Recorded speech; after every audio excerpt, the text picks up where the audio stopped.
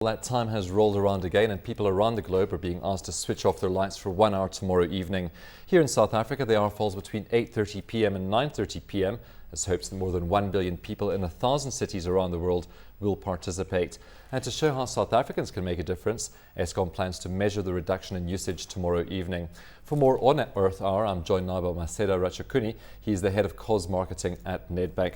Maseda, thanks very much for coming in today. And switching off your lights for 1 hour, what sort of difference can that make in the bigger scheme of things?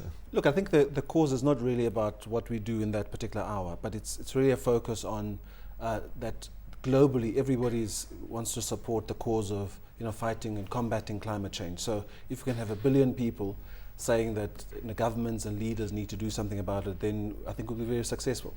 Of course, it's convenient for Nedbank because you'll all be at home, so you won't have to switch off the lights on your building, I'm sure, tomorrow evening. No, actually we are switching 30 buildings in total, so around the country, our head offices, our regional offices, some branches. We did intend originally to actually switch off our 460 branches, but the logistics of it was more difficult. So when will you be switching those off? At 8:30 to 9:30, and we're actually measuring the impact as well from a Nedbank perspective. Surely you wouldn't be at work anyway at that time of the day. No, that's true, but it's just to make sure all the other lights are off as well. Do you think South Africans rise to the challenge of causes like these?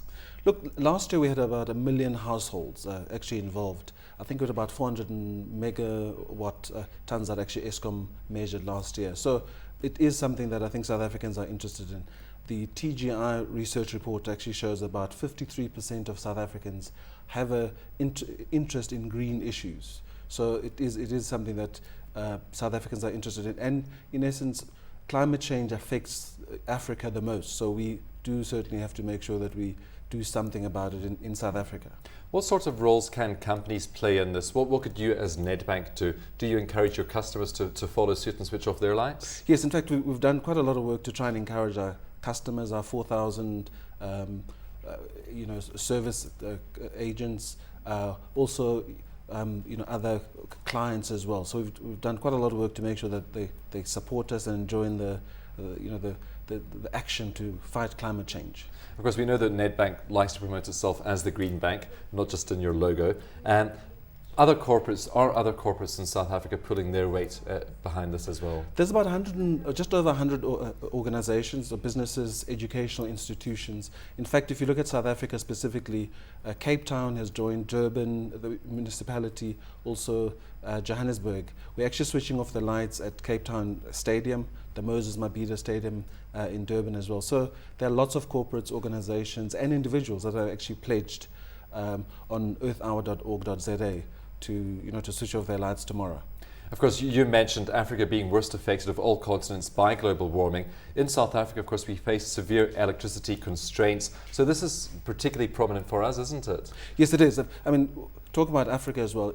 There's about 14 countries that have also made a commitment as well to join this the campaign to switch the lights off. But I think, in essence, what the electricity crisis has done is actually fast track the issue of climate change within South Africa. So I think people that are environmentally minded are kind of happy that that's kind of has happened. It's moved the debate probably 5-10 years earlier than it would have if we didn't have the electricity crisis. Of course, it's not just tomorrow evening. This is something we should be doing year round. What can consumers and businesses be doing to be more vigilant and to save more electricity? Look, from a Nedbank perspective, because I always say the thing about climate change is like religion. You got to first practice it first and then you can talk to other people. We've been working since 2006 to actually reduce our carbon footprint, so reducing electricity, reducing paper, reducing our water usage. So I think all businesses can definitely do that, and individuals as well can join this fight against climate change. Well, just following on from the success of last year's Earth Hour, what sort of success would you expect to see tomorrow? Look, last year we probably had globally about just a couple of 100 million people that actually participated. In South Africa, as I said, we had about 1 million households. If globally we can get about 1 billion people, we had 88 countries last year. We've already had about 120 countries that have actually pledged to join the Earth Hour campaign. So it looks like we'll have a lot more people. The challenge is to make sure every single individual joins this campaign to fight climate change.